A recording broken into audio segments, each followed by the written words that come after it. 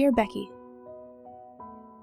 it pains me to say that by the time you read this, I'll have been long gone. Don't worry about me.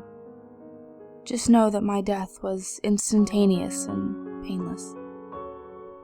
My only regret is that I have so irresponsibly left you alone, without someone to provide for you when you need it most. I have gathered quite a lot of money, and there's also the house, both of which are now yours. They will keep your dialysis going for a long while, and should be more than enough to cover the surgery, if a suitable donor is found in the following years. I suppose the only thing I won't be able to do is be there for you, to hold your hand, chat with you, and just be your friend when you need one. Believe me, I treasured the times we've had together. I really did. And if there was any other way to escape the hell I'm trapped in, I would have taken it in a heartbeat. Becky, the last week has been excruciatingly painful for me. I've been shaking all over. My hair has been falling off. Sleep is almost out of the question entirely. And it seems to be getting worse.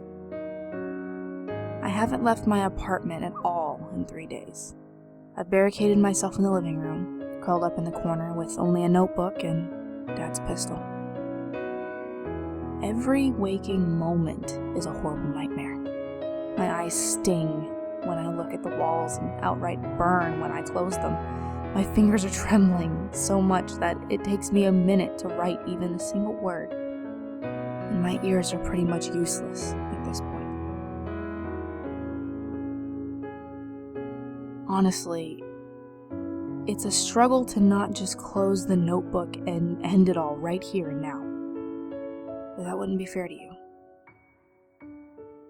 Because I know that you will blame yourself for my demise, and you need an explanation so that you'll know that I'm in hell for my own creation.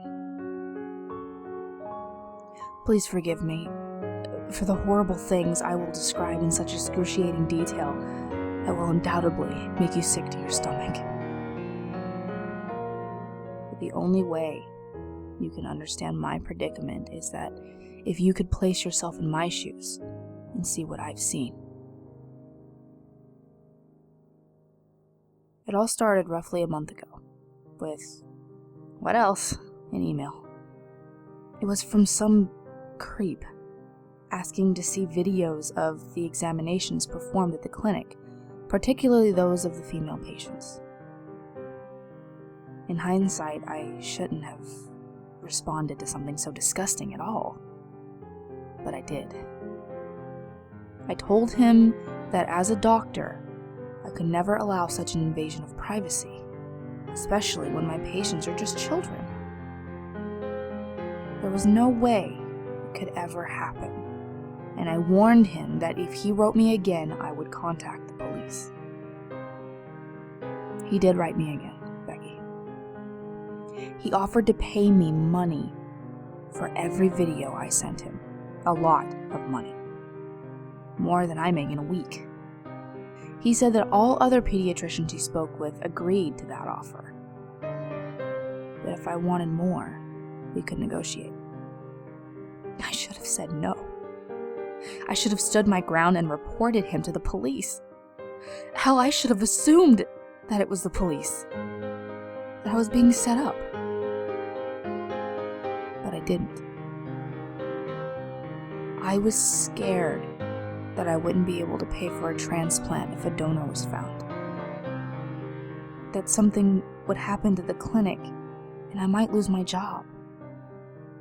That I would no longer be able to pay for your treatment. All kinds of nightmarish scenarios went through my head, none of which were justified. But they all seemed like such real possibilities at the time. And I made the biggest mistake of my life. I said yes. I went online under a fake name and bought a small HD camera. which I then had it delivered to a friend who had no idea what I was up to, or even what item I was picking up from her. I placed the camera on top of the medical cabinets near the corner of my office, facing the examination bed. It was practically invisible, unless you were specifically looking for it. I was a bit nervous, but it was the type of nervousness that came with trying something forbidden for the first time, like sneaking out after curfew when you're a kid. I had pushed the fact that I could be violating the trust my patients had put in me in the back of my mind. To me, my biggest concern was not getting caught. And I wasn't. I managed to film the examination of every girl that came into my office. I even went the extra mile for the sake of my twisted employer's pleasure, making them remove their clothes even when they were only suffering from a cold or a minor injury. When I think about it, it makes me want to throw up. But as sick as it was, it worked. I sent the videos to the man on the other end of the email, and he wired a 5-digit sum to my account. All of that from a single day of working for him. He made it clear that he only bought all of the videos for the first time as a gesture of goodwill, and that he would be more picky from then on. But it didn't matter. I was ecstatic. I imagined myself becoming a millionaire in a matter of months, able to move to a better hospital and pay all the bills while I was also living the royalty life. I didn't even think about how twisted the crime I was committing was. Back then, I didn't find anything out of the ordinary about it. I would be earning tons of cash, and what my patients didn't know wouldn't hurt them. The next morning, I went to work with the dumbest grin on my face. That's when I saw it for the first time. The thing which would proceed to ruin my life over the next few weeks. On the inside of my front door was a carving of an eye. It was very stylized. Just a rhombus with an oval inside of it and a circle inside of that. It looked like it had been carved directly into the wooden frame of the door by a blade which had been covered in black paint. And when I ran my hand across the surface, the door was still very much flat. Honestly, I had no idea who made it, how, or why. My first instinct was that I was robbed and this was the perpetrator's elaborate calling card of sorts. It might have also been hooligans who broke in and painted some graffiti on the door. Mom and Dad's house is probably the nicest one in the neighborhood, so it would be a prime target for an attack. Either way, the fact that somebody had broken into my home didn't bother me nearly as much as it should have. I only sighed due to the inconvenience of having to clean it up later. I keep all of my valuables, including jewelry and my purse with all of my cash, in my bedroom, so there wasn't a chance of anything important being stolen. I opened the door and left without a second thought. At work, I exchanged the camera's memory card and filmed another 5 or 6 different examinations for my employer. I returned home, ignoring the black eye on the door, and hurriedly went to my bedroom in order to send some photo samples to the man. I sat on my bed, still wearing the clothes I'd been to work with, and opened up my email. I had several messages, most of which were either spam or from newsletters I'd signed up for. Interestingly, one of the messages was untitled and sent from my own email address. I raised an eyebrow, wondering if I'd sent the message to myself and forgot about it. I mean, I do that all the time anyway, with important links and files that I need later. So it wasn't really that big of a deal. I opened the message, curious about what I'd sent myself, The body of the email was empty, but there was a single file attached to it. An image titled, "Pervert." My curiosity piqued. I opened it, and quickly wished that I hadn't. It was a photo that looked like a screenshot from one of the videos I'd taken of only a few hours ago. A 13-year-old girl had come to me with complaints of unusually strong pains during menstruation and required a pelvic exam to ensure everything was fine with her. Of course, the inspection was fully filmed, and I expected that this would be the highlight of the day as far as my employer was concerned. The snapshot showed just that. The girl was in stirrups, her legs spread as she expected me to examine her. I was to the right of her, putting on my gloves and preparing for the checkup. It was, as the title suggested, a perverted image in every sense of the word, and more frighteningly, it wasn't one that I remembered taking at all.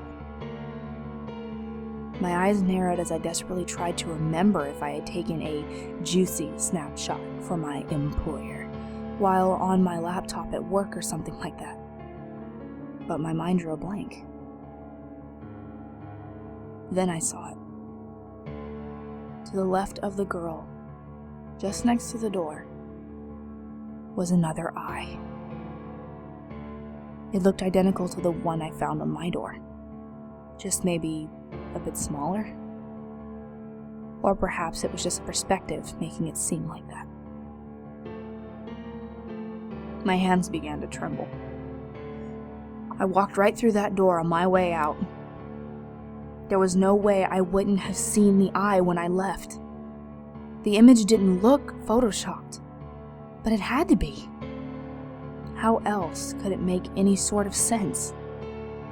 Determined to get to the bottom of this, I quickly pulled out my camera's memory card from my pocket and plugged it into my laptop. Then I opened the video of the girl's medical examination. I figured that I'd find the exact spot the screenshot was taken from, see if the eye was visible there, and if so, roll back and see if it was there all along. And if not, when it first appeared.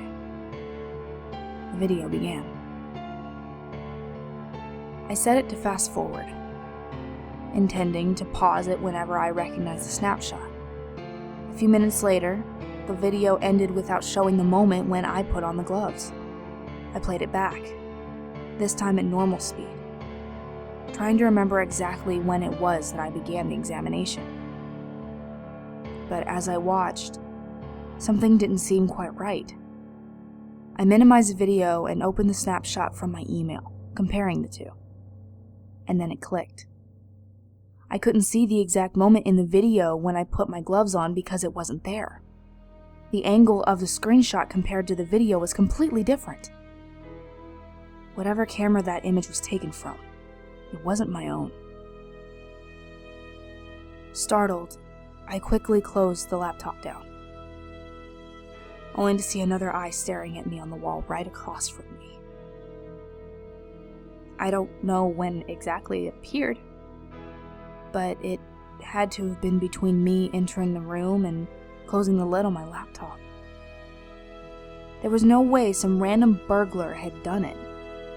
No, this was something that I could not explain at all.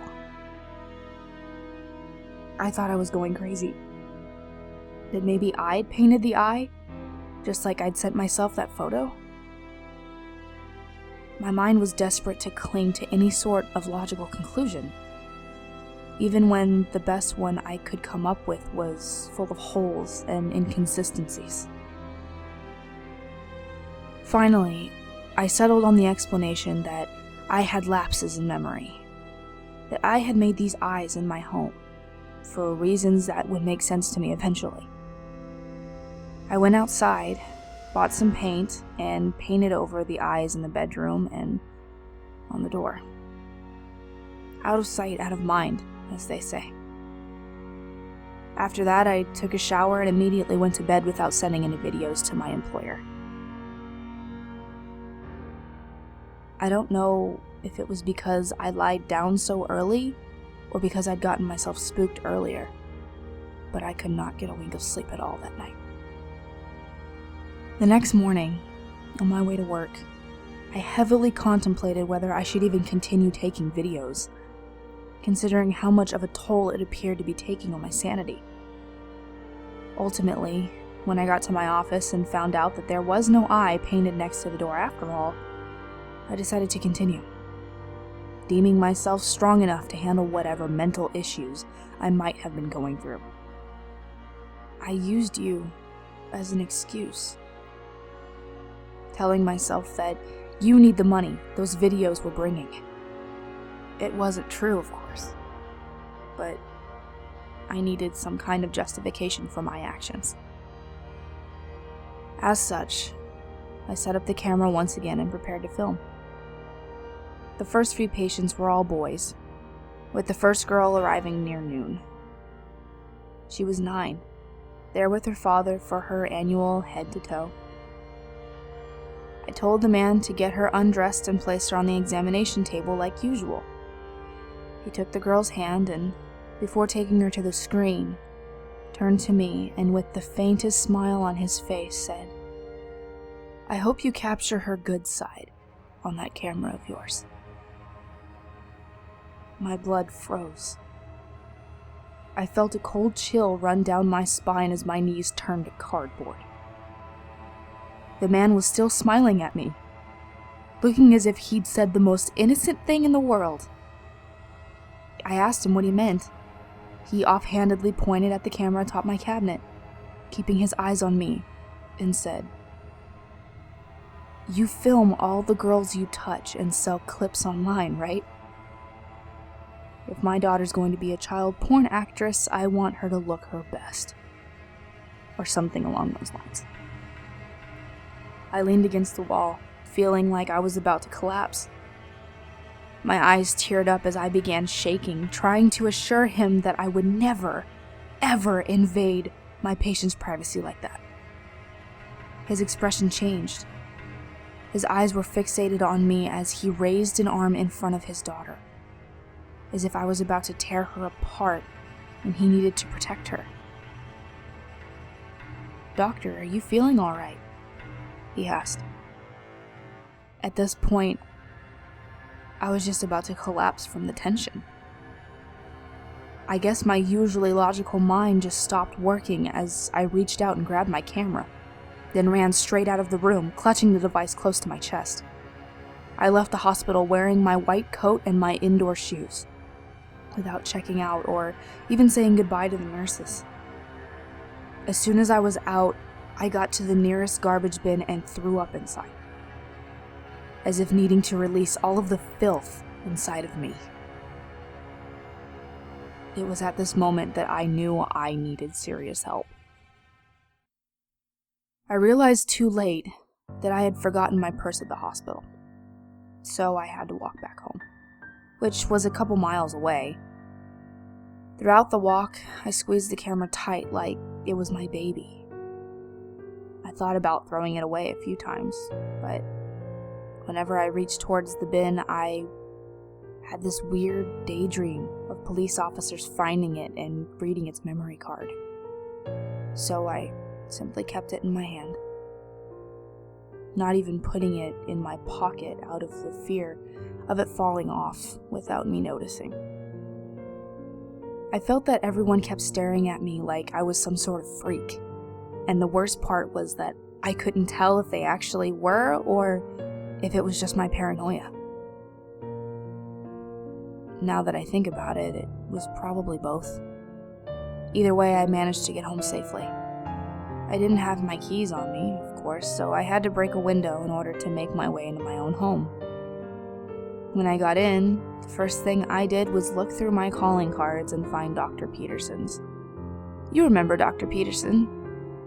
He spoke with you for a while after the accident. What you don't know is that I kept seeing him for about a year afterwards as he helped me deal with Mom and Dad's absence. He was the only psychiatrist that I trusted. So, I was hoping he could help me deal with my madness. His schedule was pretty full, but I practically begged his secretary to let me talk to him as soon as possible. Ultimately, they set my appointment for the next day. After the phone call, I went straight back into my bedroom. I felt exhausted from the walk and needed to lie down as soon as possible. When I entered, though, my heart skipped a beat. The eye.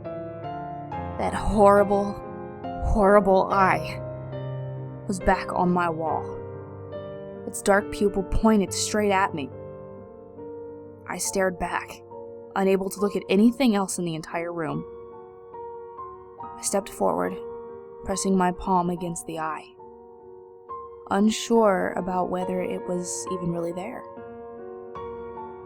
Suddenly, a loud, distorted voice squeaked behind me, like someone had just turned on the TV. I jumped, pressed my back against the wall, and holding my hand over my heart in a futile attempt to hold it still. In front of me was my laptop, its screen half open. I reached over and pulled the lid up, revealing a video being played on it. It was one of my videos, in which I was examining a young girl who had no idea she was being filmed. I spoke something, I think asking her a question. It was hard to tell, since my video altered between being high-pitched and low-pitched, making it sound almost demonic. I reached for the laptop's port, ready to pull out the memory card, except it wasn't there. It was inside the camera I was still clutching, nowhere near the laptop that was projecting its contents. I froze.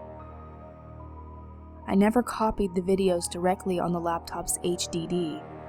When my employer wanted to buy, I uploaded them directly to his server. I used the touchpad to move the cursor over the X button on the top right corner before clicking it a few times. Nothing. On the screen, the perverted examination was finally starting. I didn't want to see this. Not now. I held the power button for what seemed like forever, but my laptop kept functioning. I closed the lid, but the loud, distorted voices still echoed from within. Finally, I took the damn thing, opened the door, and tossed it directly onto the tiles in the hallway, shattering it like glass. The voices stopped. I hid the camera under my bed, failing to think of a better place for it. I considered slipping it in my underwear drawer, but remembered that Dad's gun was there, and I decided that it would be best not to mess with that, not in my current condition. Under the bed sounded good for now. Out of sight, out of mind. I spent the rest of the day curled up in the fetal position, desperately trying to sleep. But whenever I closed my eyes, I kept seeing one nightmarish scenario after another. I saw the hospital's director coming to my home, telling me that I've been fired because my misconduct and my medical license would be revoked. I saw parents demanding retribution for exposing their teen and preteen daughters in the disgusting way that I did, calling the press and turning me into a media monster. I saw you in the center of it all, denouncing me as your sister and telling me you don't want to see me ever again. And most often, I saw the horrible videos I've made, played with the same distorted audio as the one on my laptop. Ultimately, the night found me shivering under my covers like I had a fever. I thought about taking sleeping pills in order to get at least some rest, as this was my second night in which I hadn't slept at all. But fear of the nightmares would undoubtedly plague me made me reconsider. The next morning, I didn't even bother going into work. I figured that I was as good as fired anyway. After the stunt I had pulled off the day before, the lack of sleep and constant images in my head made me sick. So I skipped my breakfast. I considered watching TV, but the fear of seeing the horrible videos on the big screen quickly put me off of that idea. Instead, I spent the next few hours curled up in the corner of my bed, with only the eye on the wall across from me to keep me company. The pupil, previously pointing left towards the door, had now shifted towards the middle of the eye, looking directly at me. I stopped questioning it at this point. All that I wanted was to make it go away. I wanted my life back the way it was before that person, or whatever it was, contacted me. I hoped with all of my heart that Dr. Peterson would be able to help me, as always. Things only went from bad to worse. When the time of my appointment came, I hurriedly changed into the first outfit I grabbed and took a cab to the doctor's clinic. He saw me within 15 minutes of my arrival.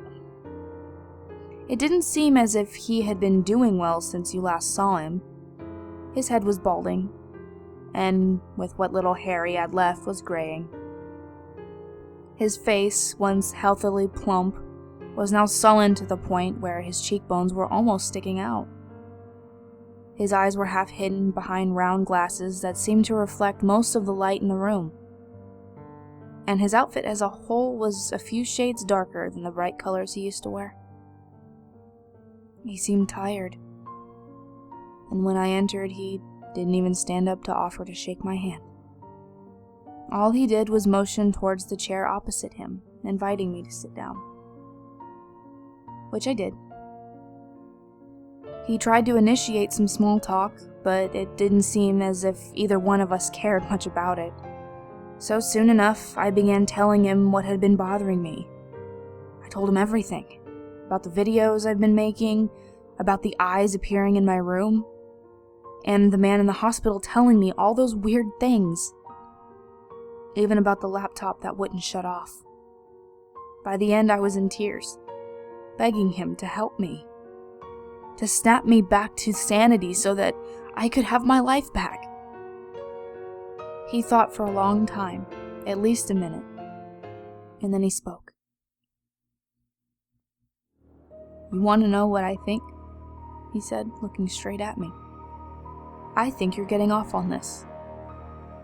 The danger of being caught in the act, of being on the wrong side of the law, of taking what you enjoy a step further." I asked him what he meant. "It means that I know who you really are and what you really want. I know that you're a dirty pedophile who likes to touch little girls. I think your employer is just an excuse. You wanted those videos for yourself, didn't you?"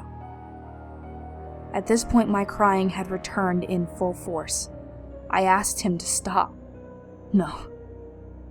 I begged him to cease this and to finally start helping me.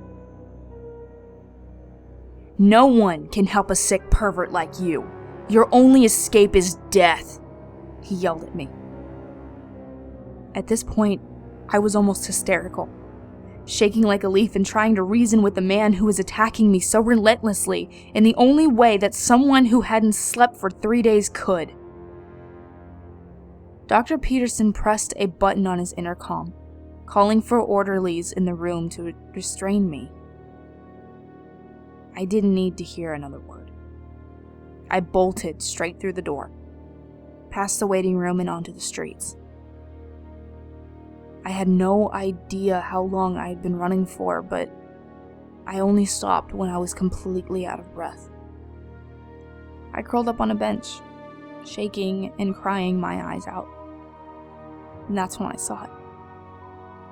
The damn eye, watching me from the ground by the bench. By the time I got home, it was already evening. Dr. Peterson had been my last hope of dealing with whatever was happening to me, and he had only made things worse. I didn't know what to do anymore. So I just curled up in the corner of the room, still in my clothes, and cried for hours.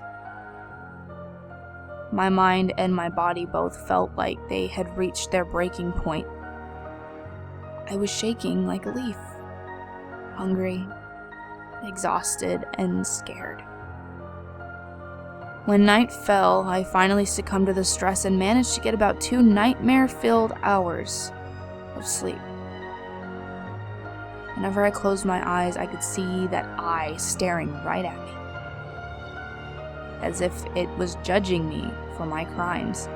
My fear, paranoia, and guilt fueled it, making it stronger and stronger. And I dreaded to find out what the eye would show me when it was at its strongest. The next morning, I was awakened from my state of half-sleep by a few loud beeps, which I quickly recognized was the front door buzzer. I stood up, stumbled into the hallway, my malnourished and exhausted body barely even supporting my legs.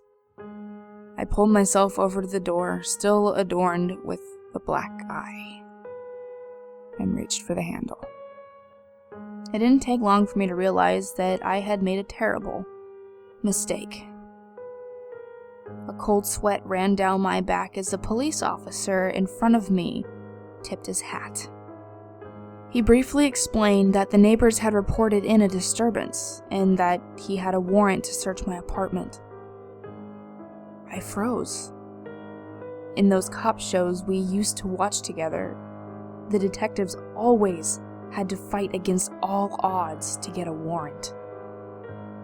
And yet, right here, in front of me, was a piece of paper giving the man authorization to search my entire apartment just because a neighbor called 911.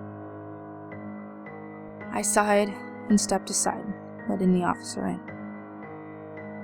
It wasn't like I could fight him, and even if he didn't have a warrant, I doubt I could have stopped him in my current state. The man immediately spotted the broken laptop right in the middle of the hallway, which I had neglected to clean up after a day, and asked about it. I quickly explained that it was an accident, gave him some half-assed excuse that I dropped it while carrying it to another room. I don't think he bought it, but at least he didn't investigate any further. Stepping over my laptop, the officer walked straight into my bedroom. He didn't seem to notice the eye on the wall. Or if he did, he didn't comment on it. He made an offhanded comment about the place being a mess, to which I replied that I had been so busy with work to properly take care of it. With a scoff, the man pulled the wardrobe open, looking through my clothes. Next, he focused on the dresser, opening each drawer and closing it almost immediately, as if he knew that whatever he was looking for wasn't there. I clenched my fist so tight that I could feel my nails almost piercing my skin. As much as I tried to stop him, my knees were trembling and my teeth were chattering, like I was right in the middle of the coldest Alaskan snowstorm. All I wanted was to shout at the man to get out of there, to take his warrant and shove it, to just leave me the hell alone. But all I could do was stare at him as he inevitably got closer and closer to the camera under the bed.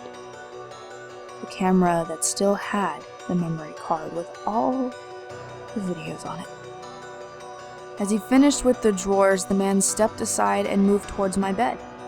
He removed the blanket and all the pillows one by one. The sheet was next, and then the mattress. I slowly stepped towards the dresser.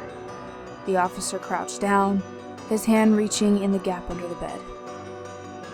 I opened my underwear drawer. Soon enough, he pulled out the camera.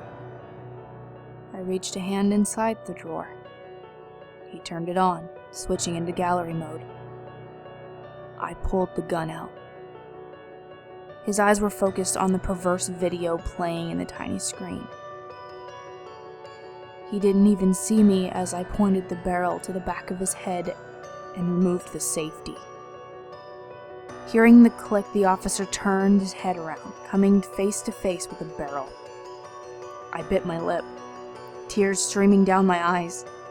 I couldn't allow him to put me away, Becky. I just couldn't. So I did the only thing that made sense at the time. I pulled the trigger. The pistol's bang was loud, almost too loud. I instinctively squinted, frightened like a small child who had wandered too close to a firework. When I opened my eyes, the officer was laying in a quickly expanding puddle of blood. His right eye was completely missing. And when I leaned over, I could see the carpet through the hole in his skull. His mouth was gaping open, a drop of saliva dripping down its edge. The man's body trembled ever so slightly, his hands shaking subtly for a few seconds before ceasing all movement. The smell of blood, feces, and urine filled the air. It took a while for what I had just done to sink in, for what seemed like hours. I only stared at the man's dead body on my floor, my trembling hands holding the still smoking gun. Slowly, my grip loosened, dropping the piece of metal on the floor by his body. I felt sick to my stomach, my hands shooting up and grasping my mouth.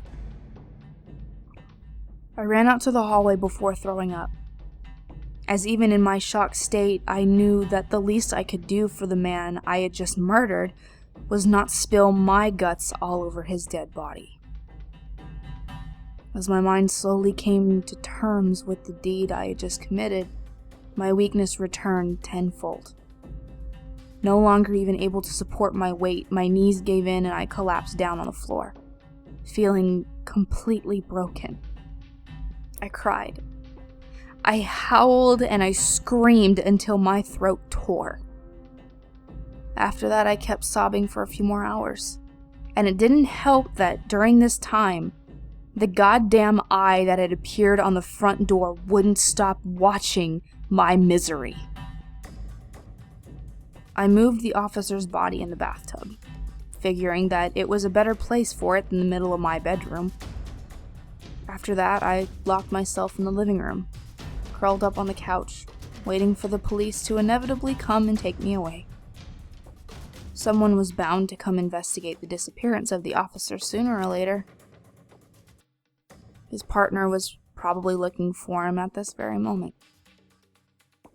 And then it hit me. Police officers were never alone. They always had partners with them, right? So why was this one alone?